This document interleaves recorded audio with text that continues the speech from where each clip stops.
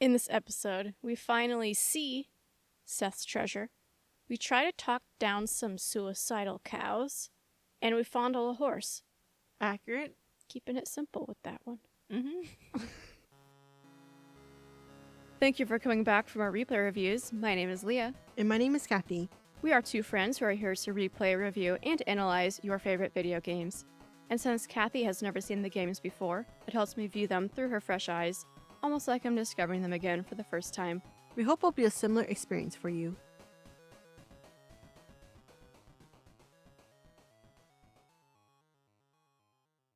Any notes that you have in scene 1?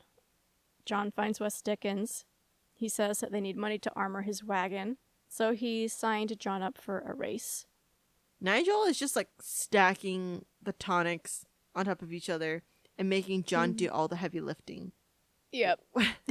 I'm not surprised, but I still am surprised that John doesn't just fling them off to the side. John lets people get away with way too much.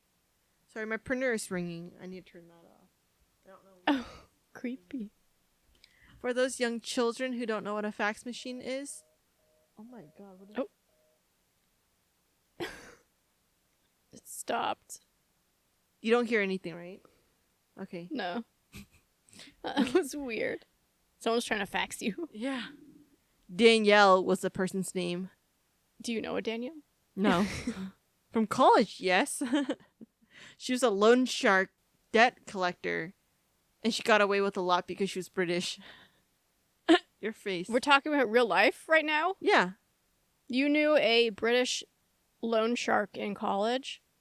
Well, she worked for a loan shark company. She was doing all the debt collections. This doesn't sound real. No, she was real. I'm just trying to wrap my brain around that that's a real person. But you knew a British debt collector when you went to Yeah. college. I'm sorry. Okay. We need to get back on track because my brain cannot handle that. So, of course, John wins the race, and they leave with their winnings. And Wes Dickens tells John to visit his friend Irish, who can help him obtain some firepower. So John finds him, he saves him from being drowned by some guys, and then Irish escorts John to a cabin to steal a machine gun, but it's not there. I'm getting like whiplash from Irish being like, "Thank you for saving my life," and then it's like, "I don't know, I don't owe you anything," and then but here it is, and it's all these like back and forth, and we're part 1 plus a little bit more into this game, yet he gets taken advantage of so much, and I don't like that for him. The only time we really see him, I feel like, appropriately angry is when he immediately tracks Irish down again and kind of encourages him by threatening him to bring him to a machine gun, which he does. But then Irish leaves to go take it to Wes Dickens. Anything else on scene 1? No, but it got a burp, so hold on. Danielle's faxing you a burp. Scene 2. John finds Seth again in Tumbleweed, and they locate the treasure, which turns out to be a glass eye. Yeah, an eye. I hope we never see... Yeah. I hope we never have to see Seth again, because everything that has to do with him, I don't like. I agree. It seems like he thinks people were messing with him, giving him fake maps that led to this fake treasure. I don't know. But this gives him a reality check, and he says he's ready to return to the real world, to the living again, and he's on board to help John. We're back to Wes Dickens, who gets chased off during one of his sales pitches. They're getting, like, chased after, attacked, fired upon. Wes Dickens is doing nothing. John is doing everything. He's shooting everyone, right? And John kills one of their pursuers, and Wes Dickens shouts, "Respect science!" Isn't it ironic for him, of all people, to say respect science? He continually refers to himself as not necessarily a scientist, but as being involved in science. And That's a bit of a stretch. yeah, like the marshal said, he sells snake oil and bat piss. Like, you're not fooling anybody. After John escorts West Dickens to safety, he then heads out to Thieves' Landing in search of Irish. Before we find Irish, though, that guy picks his butt, right? Mm-hmm. But what's he doing? And, like, he keeps going back at it. He definitely wants someone to scratch his butt for him. Or he's knocking on a door while scratching his ass. Don't touch my door if you're going to be scratching your butt. At least he was using different hands. Maybe the other hand has already scratched it. Ew. One for the front, one for the back. Ew, Leah. Ew. Oh my gosh. Okay, anyway. After witnessing the butt picker, John finds Irish holding some nuns at gunpoint, as you would. John's upset because the Gatling gun doesn't work. Irish says he knows where they can find the parts they need. That was not what I was expecting to see. Like, nuns in this game, in a Western game, being held at gunpoint. Not what I was expecting. I have to say, I do love John in this moment, though. He's super smooth. He's smooth and he finds this just so unacceptable. Also, the amnesia line is great. I'm sure we'll add the clip in. Who the hell are you? Give me that. I'm your old friend Amnesia. They have to rescue Irish's contact, Shaky, but are able to get the parts that they need. I'm trying to be sneaky when I'm rescuing Shaky. I've got my knife out and I'm crouching. But then they just all turn around. At the same time? Yeah, at the same time and so slowly. It's hilarious. I remember watching this scene and I was like, Leah, oh my gosh. It's comedic timing. Yeah, did not go as planned. Scene 4. Irish and John had stopped at McFarlane's ranch, so John finds Bonnie, who's in the middle of a ranching crisis. The cattle are at pasture while a storm rolls in, which could scare them into running off, which we'll see Exhibit A of that. So Bonnie enlists John to help herd them back. I need to know what kind of game writer thought it would be a great idea to have cows pretty much launching themselves off the cliff, like suicidal cows? I don't know, like 100%. that's not what I was expecting when we said we were going to play Red Dead Redemption. I've never craved a steak more than on this mission because I hated these cows. They're so stupid. I got way ahead of them. They were trying as hard as they could to fall over that cliff. Least favorite mission. Anyway, the next day, still at the ranch, Bonnie approaches John saying that her father was due back hours ago. She's pretty worried, so they go look for him. They find him having been attacked by rustlers, but he seems okay. He sends them back for a wagon, and as they approach the ranch, they see smoke. The barn is on fire, Kathy. Mm-hmm. Then you make John jump up, but look like an idiot. Oh my gosh. Why did he jump like that? It took me 10 years to get into the barn. That was not my first take that made the video. I had to cut out a section where I jump and he flies past the platform onto the ground. And I'm like, dude. Wait, why didn't you keep that in for me to see so I can criticize your jumping skills?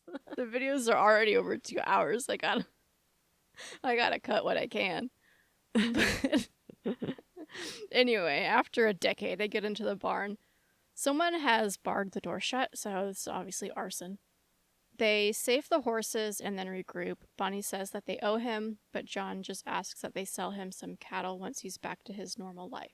Is this foreshadowing something? I feel like it is like a really sweet notion to say that I'm going to make it back home and I hope we're still friends and I hope you're going to sell some cattle to me because I prefer to do business with someone I know. I also can see this being the dream that he wants to have and then he dies at the end of this game, which I don't think so because there's more games to Red Dead Redemption than just his first one. But if this was a standalone, I could see him dying and be like, oh, I wish I could be back home with my family and my kids with some cattle from a friend. I mean, yeah, he could I like die. this ending moment because, yeah, it seems like at this point they've invested a lot in each other. So it feels like a relationship that isn't just going to end, more like Wes Dickens and Irish probably would. But I also like that we see John sort of like taking a nap at the end. Mm-hmm. He's worn out. And this is kind of the first time we've really seen that he's just exhausted. And he's probably just craving home so much at this point. Anything else in scene 4? Nope. Okay, moving right along to scene 5. John visits the marshal again, and when he enters, we see that Bonnie's father is here, seemingly very worried about her. They're discussing this. He's kind of assuming that John is to blame, which I feel like is kind of a bitch move, right? It is. After everything John has done for you. Soon, a creepy guy arrives. He wants Norman Deek in exchange for Bonnie. They agree and head to Tumbleweed, where they're supposed to make the exchange. Okay, so in response to this exchange proposal, the marshal says, "We don't make deals with outlaws." And he responds, "Yeah, you do." Is this referencing John? I thought it meant like there's a darker history to what the marshal's past. Some skeletons in his closet. Yeah, I just took it as the "yeah, you do" is him referencing John. And the point of it would be John's tried to leave that life, but people still see him as an outlaw despite that. Mm-hmm. We get to Tumbleweed. Of course they break the deal. They shoot their own man. I wonder if he's feeling betrayed. I don't think he's feeling anything. Oh, yeah. He probably, right before getting shot at, he's like, I should have stayed in jail. Right? I mean, how cold-blooded. Shootout begins. Bonnie is not brought to them, but she is hung. Thankfully, John shoots the rope and saves her. She looks terrible. She looks so bad, but she plays it off pretty well. I mean, we have to mention the joke. John, in his dumbass way, says, like, "Oh, you weren't really helping me." And she's like, "What do you want me to say? I was all tied up. I'm not going to lower myself to make a joke like that." Like, how do you joke about this already? That's just... Because John's terrible. crazy. And then he just shrugs. This is why his wife probably left him. Oh, God. I'm not going to touch that. After they all ride off, John visits Wes Dickens. He wants to get on with the assault, but Nigel is adamant that they need more money to make more improvements. Do they? Do we? I don't know. I feel like he just has some bills to pay. But anyway, of course, it's another race. Well, John wins. No surprise. Any other notes?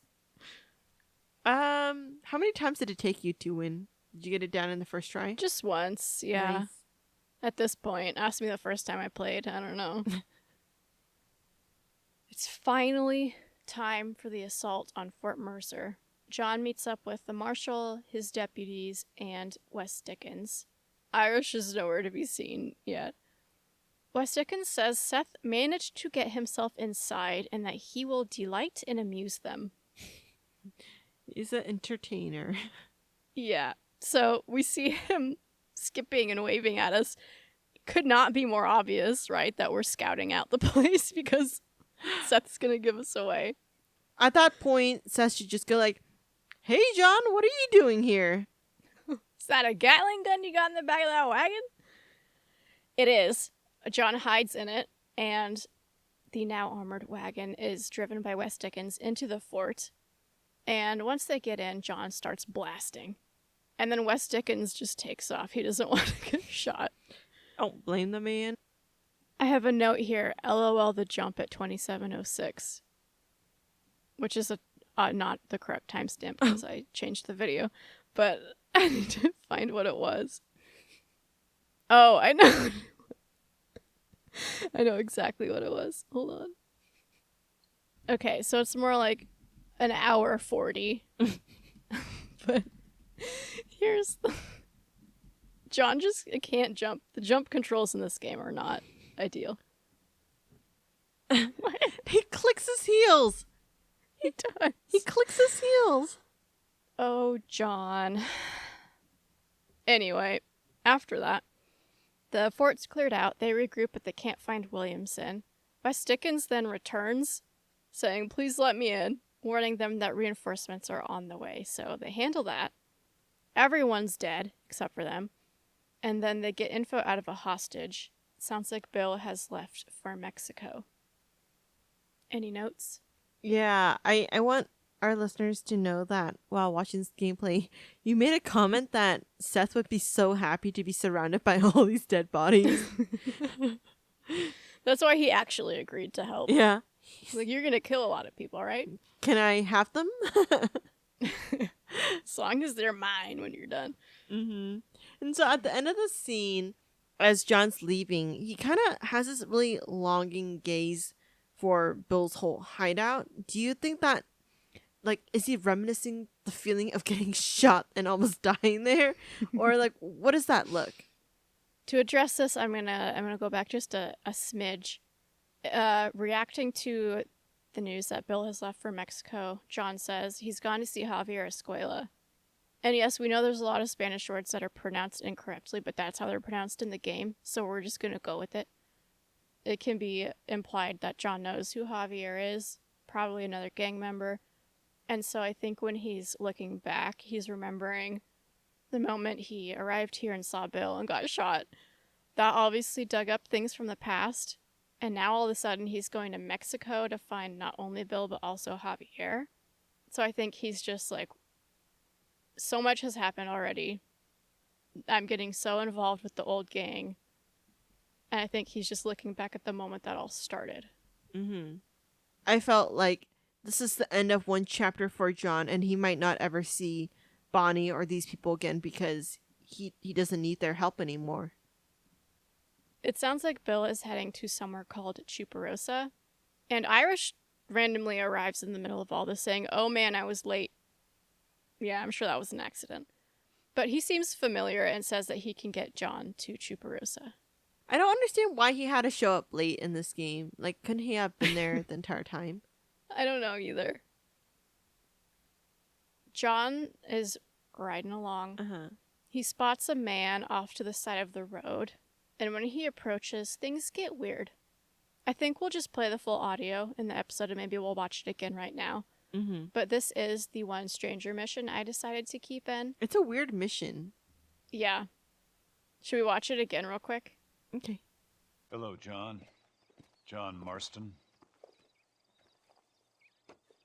Do I know you? I hope so. I seem to know you. I'm pretty good at remembering faces. Are you? Do you remember Hattie McCourt's face? Who? She was a girl Dutch Vanderlyn shot in the head on that raid on the ferry a few years back. Same one you got shot on. Pretty girl, until her eye was hanging out by a thread of tendon and her brain was plastered over a wall. Not really. Then why would you remember me, friend? You've forgotten far more important people than me. What's your game, friend? I don't have a game, John. Listen, sometimes I just wish I'd known more about life. Wish I'd had better guidance. A friend of mine is drunk as a skunk in the saloon on Thieves' Landing. I think he's going to be unfaithful to his dear wife. Why don't you head over there and see if you can advise him how best to proceed? What do you think I am? I know what you are, John. Just if you've got the time, friend. Pretty weird, right? The fact that he was so nonchalant about Heidi's face and brain being just blown up to pieces and painted the walls. He just says that as if it was casual Tuesday banter, water cooler conversation. Why use that as a quick as a way to explain quickly that, oh, so you don't remember that, then you won't remember me. Like, who do you think you are? I like it. So yeah, he says, "Do you remember Heidi McCord?" Goes into some graphic detail. John's like, "No." And so then he responds, "Then why would you remember me?" That hits so hard when you think about it because it highlights, I mean, so far in this game, John seems like a pretty good person. But this highlights his background of being quite not good. And so for him to be like, you couldn't remember this horrific death, so why would you know anybody at all? Like, who is worth remembering, essentially? To play the devil's advocate, though, in John's defense, maybe he has to not remember these people to be able to move forward with what he does today. Like, if he was a bounty hunter, he has to compartmentalize. So maybe it's just him or his way of coping with all the death and all the bad stuff that he sees in his line of work. Building off of that, he proceeds to ask John to find his friend who's about to cheat on his wife and says, see if you can advise him how best to proceed. So I feel like John is being given a moment here to sort of replace those compartmentalized events and not necessarily make up for them, but prove that he has really changed. Do we need John to be the one who does this? Is this some kind of like a redemption act? Or why couldn't the guy just do it himself? Well, let's go back to the start. Because he says, I've been waiting for you. Hello, John Marston. He clearly seems to know him. John has no idea who he is. This man knows intimate details of his past in the gang and of other members' actions too. How would you know those things unless you were there or you were some sort of agent that was investigating these crimes? He knows a lot of information, so the controversy around this stranger mission is, who is this guy? It seems to me like he's testing John. He might secretly be trying to advocate for John, for him to do more good stuff. So when the time comes, he's able to make the argument saying, like, oh, John saved that guy from cheating on his wife, and John did this and John did that, and therefore he's cool. He's one of us. This man seems very just matter of fact. He doesn't seem like he's out to prove John is bad or prove John is good. It seems like he's more just interested to see what will John do. Who is John now? He knows who John has been, but now he's wanting to know more where John lies, because he's lived 2 lives now at this point. I lean towards this is more of a supernatural being than a person. But we will see this guy again, and I think you'll develop more theories about him. Well, John heads to Thieves' Landing and decides to discourage the man from cheating. I love when John walks up and he's like, excuse me. And the guy's like, yeah, what the hell do you want? This is why you should be a voice actor, Leah. It's so funny. I love it. But despite that, in the end, he is grateful for John's intervention. And that's the end of the scene. Really weird, random kind of palate cleanser, huh? It's definitely one of a kind palate cleanser. Are we ready for the final scene? We meet up with Irish where he told us to go. Wes Dickens is also there, I guess, to say goodbye. We head across the river only to be greeted by gunfire. Turns out Irish is a wanted man in Mexico. Well, then we proceed to have the longest boat shooting scene in the history of video games. Because, holy cow, that was like 20 minutes. I'm just laughing at your, well, like I already knew you were bringing some sauce with you on your sentence. I was trying so hard to not fall asleep because it was so boring, just like shooting people, watching people fall into the cliff like the cows that were jumping off. It's just... Yeah. Yep. I won't disagree. And I died, which made it longer. But anyway, we eventually get to the other side after killing, I think, everyone in Mexico. They steal horses of the deceased. And Irish just gets all up in there. Gets a handful. I don't know what's wrong with him. A lot. But after that, John gets directions from Irish. He tells him how to get to Chuparosa, but also mentions that there's a general he could meet in a town called Escalera as well. So John heads out. Irish, it sounds like he's just making a run for it. And this is when we get something that happens a lot in this franchise, which is a cinematic horse ride. I love these moments. This one went on for a long time because I turned off the mini-map. I was going off of memory how to get to Chuparosa, and I did not take the fastest route. You did not. I like this moment. How do you feel about it? It is great, but I could see you panicking towards the end too. You gotta sync up the writing and the music. I tried so hard to make it as cinematic as possible. I do appreciate, though, that the game makes use of long rides to make them artistic like this.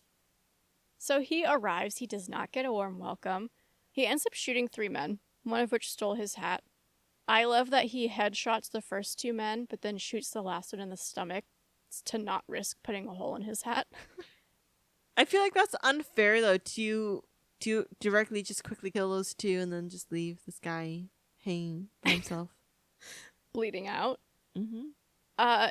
Very interesting scene there. I enjoy it, but I don't know if I should, because it's kind of the most ruthless we've seen John. But those guys were a bit of bullies. They were, and I guess you would get shot for less back then, so. But during this altercation, we see that someone is observing, and he soon approaches John. He's not very happy with how John has handled himself, but he does offer to help him improve his shooting. So kind of an odd turn of events. Which I feel like John already knows how to shoot, right? Like, he was a gunslinger. I don't know how I felt about it, because on one hand, John has been doing pretty good himself, so I felt like he didn't need any help. But his interaction is a bit weird too, where they have a conversation about how his name doesn't matter anymore. Mm-hmm. We learned that his name's Landon Ricketts. He was a famous gunslinger from when John was a boy. I feel like he's just waiting to die or something. Like, he's got a weird vibe about him. I don't understand how he ended up here and stayed here. Okay, I can see him coming here to hide, but why stay here? But he does give John a lowdown on the state of things in Mexico. It seems there are 2 sides, and the peasants are stuck in the middle. So there's basically like Civil War, Revolutionary War happening in Mexico. And somehow Landon is like the savior for this town. Yeah, he is. Speaking of, a man from the bank, Ramon, runs to Ricketts asking for help. Their bank wagon is under attack, so he and John go save it. Of course, John is involved in more business of this town immediately after killing 3 of them. I know. He's already helping people that he doesn't have to be helping. Although maybe it makes up for shooting those guys. Oh, also, there was a funny glitch when Landon just kept walking into a horse ass. Just kept going. And then in the background of a cutscene, some guy's just standing on a table. So we can add those to the glitch tracker. Yeah. And those are my notes. John's in Mexico now. Anything else from you? No, that's it for me too. That's it. Pretty short and sweet in a way. Mm-hmm. Gameplay will be up tomorrow for part 3, and we'll talk about it next week. Is there anything else we should say? Oh, please subscribe to us on YouTube, because we just want to hit 100 to get our custom URL. Yeah. Please follow us. But anyway, we'll be back next week. Sounds good. With that, thanks for listening. On 1 for Audacity. 3, 2, 1. Thank you for listening, and don't forget to send in any questions, comments, or game suggestions. You can find all our contact info on our website, replayreviewspod.com, or contact us directly through our site. Did we completely miss something? Are we way off the mark? Or you just want us to take a deeper look at anything from the game? We'll tackle any topics you all want to hear in our season wrap-up episode. We also have a Reddit where we discuss anything we're curious about. Go take a look and let us know what you're thinking. Our theme music is Condemned by Eggy Toast. They'll play you out, and we'll be back next week.